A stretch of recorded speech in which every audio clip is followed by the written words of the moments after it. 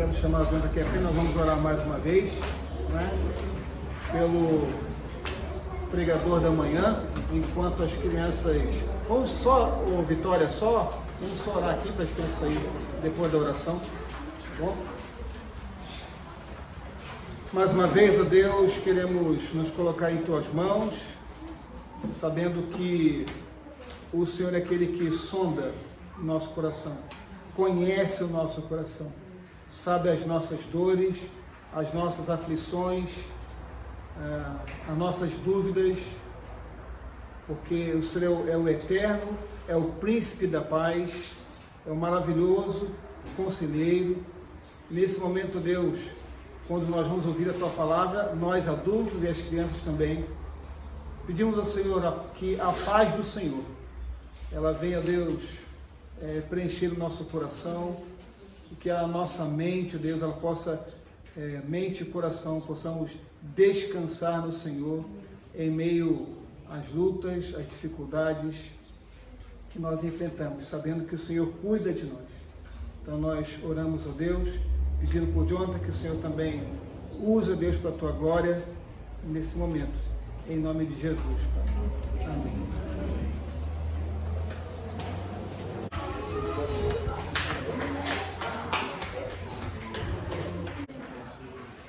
Bom dia, irmãos, bom dia a todos. Estão me ouvindo bem? Eu falo baixo, sem microfone é estranho. Com o microfone é estranho, sem microfone é mais estranho. Hã? Muito obrigado. Não tinha mais não. Nem gelada, né? Poxa, não precisava ter trago então. Esse tipo de reclamação incomoda, não incomoda? A pessoa traz algo para você, faz uma boa ação para você, faz algo pro teu bem e você ainda reclama. Isso é o quê? Ingratidão. E é sobre isso que nós vamos falar hoje, sobre ingratidão. O que é ingratidão? De acordo com o dicionário, ingratidão é falta de reconhecimento, caráter, propriedade daquilo que não proporciona resultados satisfatórios, que não compensa o trabalho e o esforço despendido ou que se mostra difícil e árduo. Maíra foi lá, pegou o copo com água com toda boa intenção para poder me dar, porque a garganta não arranha e tal, esse hidrate. E eu reclamei. Poxa, só isso? Não tinha gelada? Não tinha um copo maior? Eu fui grata pelo esforço que ela fez? Não fui. Vamos ver um exemplo de ingratidão na Bíblia? Lucas 17, versículo de 11 a 19.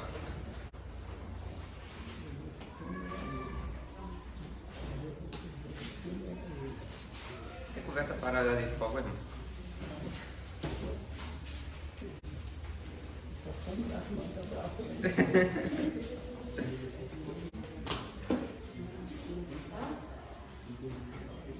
Chamos? Richard, você vai ler? Chamos? Lucas 17, verso de 11 a 19 diz o seguinte: E aconteceu que, indo ele para Jerusalém, passou pela divisa de Samaria a Galiléia.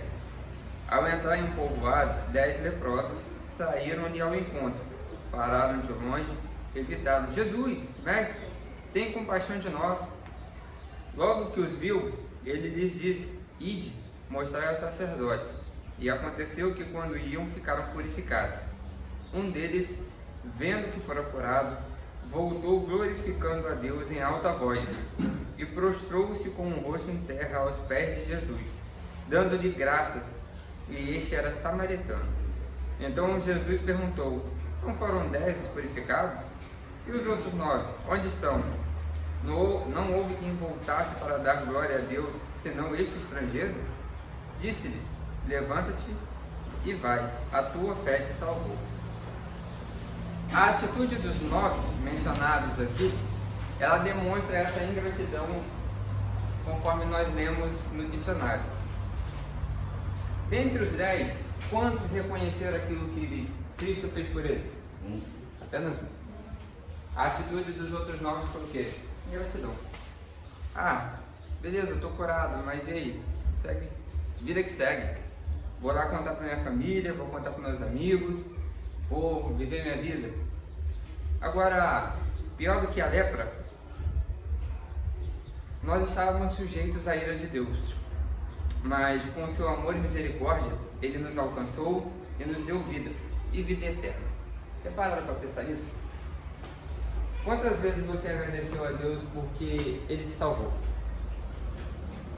Quantas vezes você o agradeceu porque Ele te tirou do pecado, porque Ele te deu a possibilidade de você ter a vida eterna? Cristo tinha alguma obrigação de morrer por nós? Nenhuma. Ele o fez por quê? Por amor e porque era obediente ao Pai. O Pai mandou que ele viesse, só tinha essa opção. Então ele veio, obedeceu, sofreu a morte por cruz, e nós sabemos bem que a morte por cruz não era nada satisfatória, ela era destinada aos piores crimes.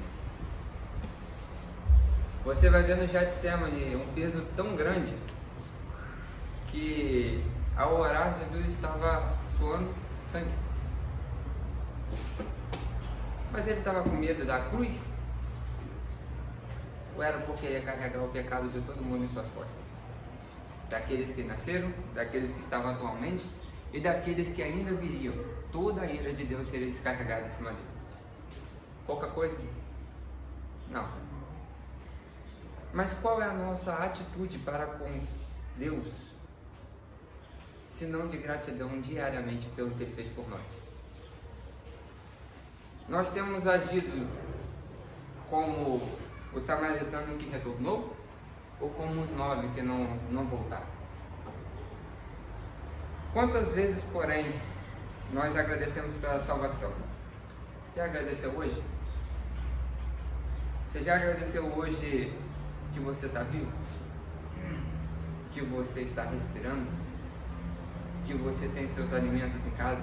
Nós vimos aqui o pastor João comentando, né, a situação da Venezuela como está difícil. Nós temos a situação na Ucrânia, a situação na Rússia, nós temos a África, que historicamente sempre tem um índice de fome alto. Você já agradeceu porque você tem mantimentos em casa? Você já agradeceu porque já parou para pensar que na trajetória da tua vida, de quando você nasceu com vida, você não nasceu morto, até a sua adolescência, até você encontrar o seu companheiro, até você ter o seu filho, Deus te guardou, te protegeu todos os dias? Já pararam para pensar nisso? Você poderia ter saído de casa e não voltado. Você poderia ter ido para a escola e ter sido atingido por uma bala chata. Você poderia ter tido alguma doença e não ter resistido. Você poderia estar debilitado, mas você está aqui, vivo, respirando, com saúde. Já pararam para pensar nisso? Mas você já agradeceu por isso hoje? E se agradeceu, foi um agradecimento autêntico? Foi sincero? Ou foi da boca para fora? Tipo aquele agradecimento quando a gente faz antes de comer alguma coisa, né? Ah, obrigado pelo alimento. Ou como diz um primo meu, coma mal, coma bem, amém. Um agradecimento raso, sem reconhecimento, sem realmente ter autenticidade. O reconhecimento, ele passa por uma vida devota a fazer a vontade de Deus. Não devemos viver pela carne, devemos viver pelo Espírito, mortificar as práticas do corpo. Somos guiados pelo Espírito de Deus. Nós somos seus filhos. Sabemos bem que tudo que nós temos vem de Deus, certo? Ou alguém tem dúvida disso? Ah, mas o carro que eu tenho foi eu que eu trabalhei. Beleza. Se você não tivesse saúde, você teria esse carro? Não. Se você não tivesse a sua capacidade intelectual, você o teria? Não. Ah, mas a casa que eu tenho fui eu que conquistei com o suor do meu trabalho. Volto a dizer, quem te deu a saúde para isso? Quem não deixou você ter um Alzheimer para esquecer tudo que você sabe? Quem te deu a capacidade de cognição e entendimento de tudo o que você absorveu e aplicou? Não foi Deus? Então tudo que nós temos vem dele. Tudo que nós somos é dele. Então tudo deve ser agradecido a ele e usado em prol do reino dele. Quantas vezes você já agradeceu por tudo que você tem? E quando eu digo tudo, realmente tudo. Para um minuto agora. Traga a sua memória o que você tem. Você tem casa? Você tem móveis nessa casa? Tem roupa? Não estou vendo ninguém pelado. Tem saúde? Tem filho? Filha? Tem mãe? Tio? Tia? Avó? Principalmente aquelas avós que são gente boa, né? E pega aquele dinheiro todo embolado. Toma aqui, mano. Vai. Não, vou. Cala a boca. Vai, leva isso. Eu sinto falta da minha. Ela faz isso o tempo todo. Você tem quadros na sua casa? Tem uma televisão? Tem um rádio? Um som? Tem um carro? Você já agradeceu por isso? Já agradeceu por todas as suas pequenas conquistas? E quando agradece, é um agradecimento constante? Porque é interessante, quando nós queremos muito algo, a gente às vezes consegue, e aí a gente agradece naquele ponto. Ah, graças a Deus consegui bater a laje. Senhor, muito obrigado. Acabou, esqueci. Mas você está vivendo ali naquela casa, constantemente esquece de agradecer, Senhor. Realmente tudo que eu tenho, obrigado, porque o Senhor cuida de mim. E quando não responde a sua oração, como você fica? Reclama porque o copo é pequeno? Porque a água é pouca? Porque não era bem aquilo que você queria?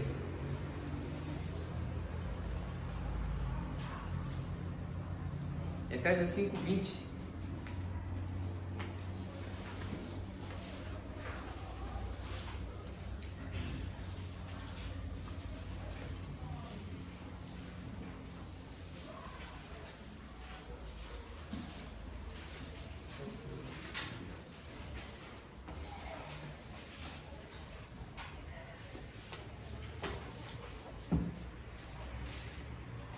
Achamos? Alguém pode ler? Dando graças constantemente a Deus Pai por todas as coisas, em nome de nosso Senhor Jesus Cristo. Dando graças constantemente por aquilo que eu recebi hoje, por aquilo que eu queria muito. Não, por todas as coisas. O constantemente, em algumas traduções vão trazer sempre, significa a todo momento. Mas eu devo dar graças quando as coisas não saem como eu gostaria? Está dizendo ali alguma exceção? Dei graças somente quando tudo que você queria foi atendido. Não. Dei graças constantemente. Por todas as coisas. Sempre. Seja ela que você entenda que for boa ou não. 1 Tessalonicenses 5:8.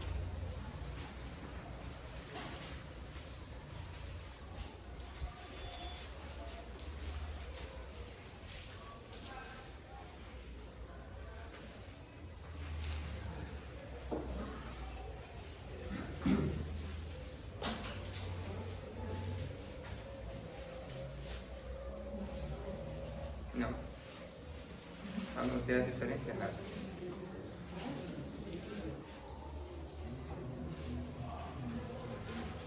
Desculpa, anotei a diferença errada.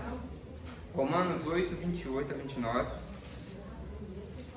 e 38-39, né? Não é Tessalonicenses não, Romanos 8, 28-29 e 38-39. Romanos o quê? 8,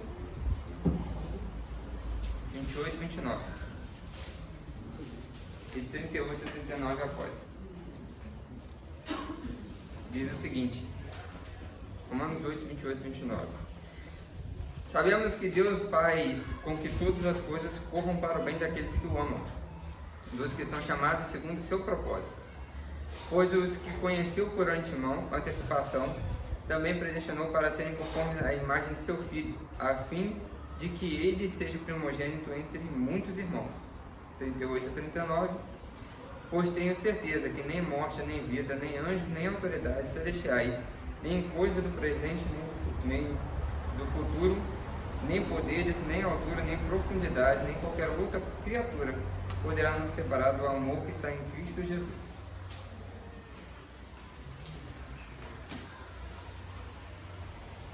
Sabemos que Deus faz com que todas as coisas ocorram para o bem daqueles que o amam, dos que são chamados segundo o seu propósito. Se todas as coisas ocorrem para o bem daqueles que o amam, as situações que vocês julgam ser ruins, elas vão lhe fazer mal? Ou vai servir para o seu crescimento?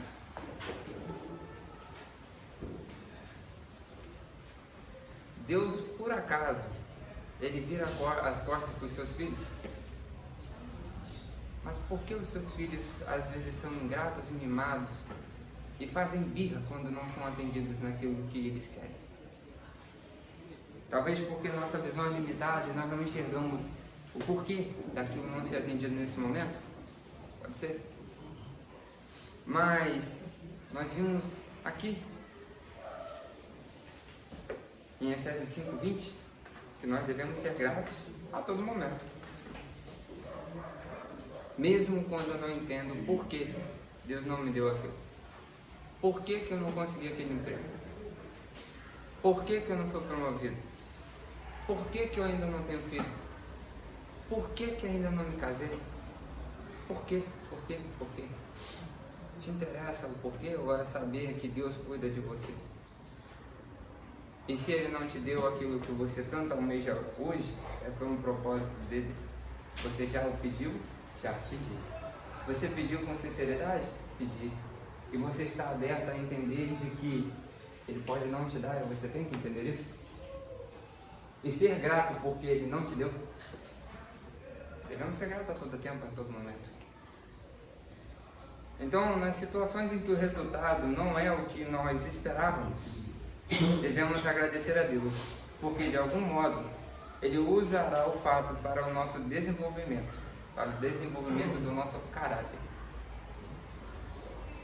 Devemos nos agarrar às promessas de Deus e dizer: Pai, a situação é difícil, ela é dolorosa, não estou aqui por escolha própria, mas o Senhor, em amor e sabedoria, decidiu assim. O Senhor tem o meu bem em mente, e então, pela fé, agradeço-lhe o bem que o Senhor fará na minha vida, por meio dessa situação. Ajude-me a acreditar nisso de verdade e a ser-lhe grato de todo o coração. Em qualquer que seja a situação, nós devemos ser gratos de todo o coração. Um coração grato e contrito simplesmente demonstra a dependência que você tem de Deus. Agora, de que forma eu posso demonstrar essa gratidão? É simplesmente ou ajoelhar, vou agradecer, Senhor, muito obrigado, porque o Senhor tem provido tudo. É uma forma de gratidão, concorda? Mas e de maneira prática? Se eu entendo que todos os mantimentos que eu tenho em casa foi Deus que me deu, e eu vejo meu irmão passando necessidade, como é que eu sou grato? Se eu simplesmente esqueço que Cristo nos mandou amarmos uns aos outros e não tiro o pouco que eu tenho para dividir com Ele também. Bom, mas se eu entendo que o meu trabalho é algo que Deus me deu, porque Ele me deu saúde, Ele me deu sabedoria, Ele me deu entendimento, Ele me deu força, como eu sou grato se eu não dizimo? Se eu não devolvo a Ele aquilo que Ele mesmo ordenou que nós devemos fazer? Bom, mas se eu entendo que minha família, meu filho, minha filha, minha esposa, todo o meu relacionamento, tudo de relacional que eu tenho, foi Deus que me proporcionou, como eu sou grato se eu não me relaciono com meus irmãos?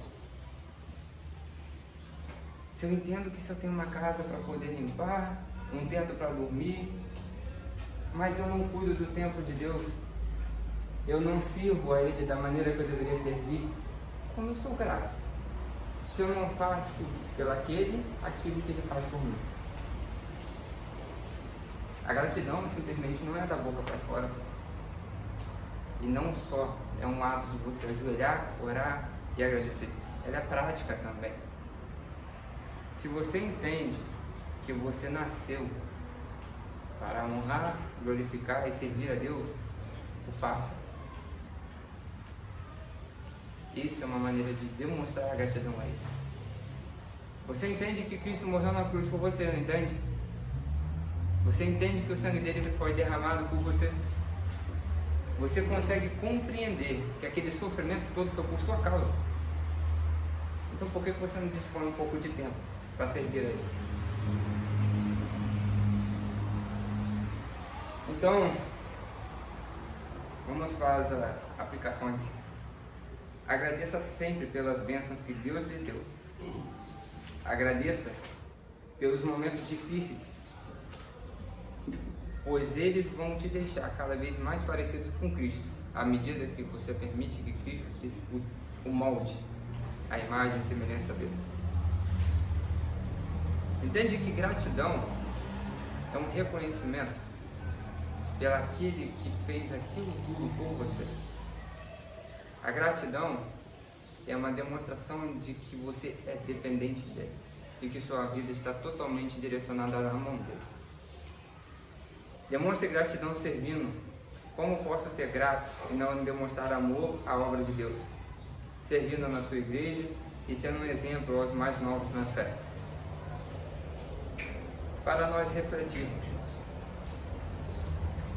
Charles Spurgeon diz o seguinte: se formos fracos em nossa comunhão com Deus, seremos fracos em tudo. Sejamos gratos a todo mundo. Independente se o que você queria foi atendido ou não. Se não foi, seja mais grato ainda. Deus sabe o porquê. Talvez não seja o tempo, talvez não seja para você. Sejamos gratos de maneira prática.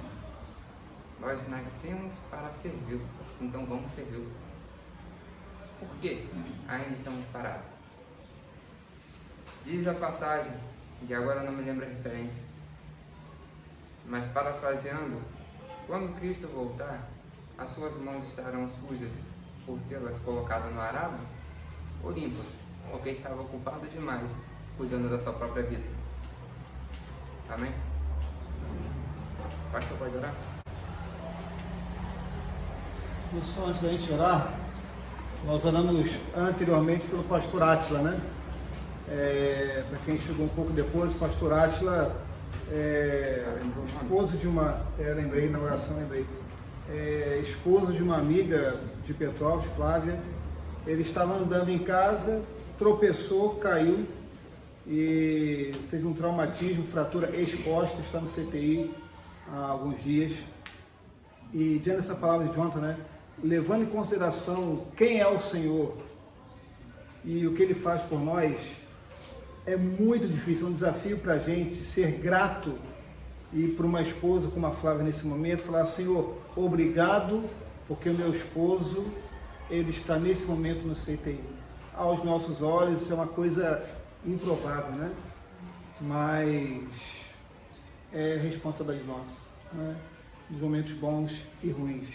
Só um exemplo familiar, pedi licença minha mãe para poder contar. A minha tia, eu vou contar, peraí. A mais nova, ela faleceu tem o quê? 5 anos? Com câncer. Foi na véspera do Natal, há 5 anos atrás. Era interessante ver em que ela debilitada, sem forças, para nada.